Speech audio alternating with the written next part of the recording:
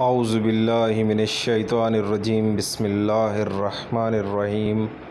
نہج البلاغہ اردو، خطبہ نمبر 75 مولا کائنات امیر المومنین علی علیہ السلام نے فرمایا، جب آپ کو خبر ملی کہ بنی امیہ آپ پر خون عثمان کا الزام لگا رہے ہیں، کیا بنی امیہ کے واقعی معلومات انہیں مجھ پر الزام تراشی سے نہیں روک سکے، اور کیا جاہلوں کو میرے کارنامے اس اتہام سے باز نہیں رکھ سکے؟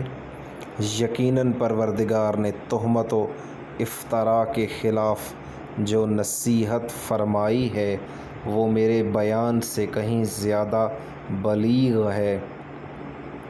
میں بہرحال ان بے بس، ان بے دینوں پر حجت تمام کرنے والا، ان عہد شکن مبتلا تشکیک افراد کا دشمن ہوں، اور تمام مشتبہ معاملات کو کتاب خدا پر پیش کرنا چاہیے، اور روز قیامت بندوں کا حساب ان کے دلوں کے مضمرات نیتوں پر ہی ہوگا۔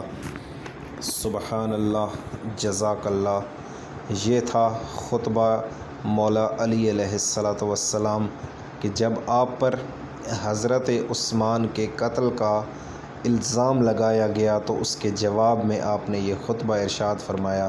آپ سے گزارش ہے کہ ایک مرتبہ سورہ فاتحہ اور 3 مرتبہ سورہ توحید پڑھ کر تمام مومنین اور میرے والد اور میری ہمشیرہ کے لیے ایصال ثواب کر دیں۔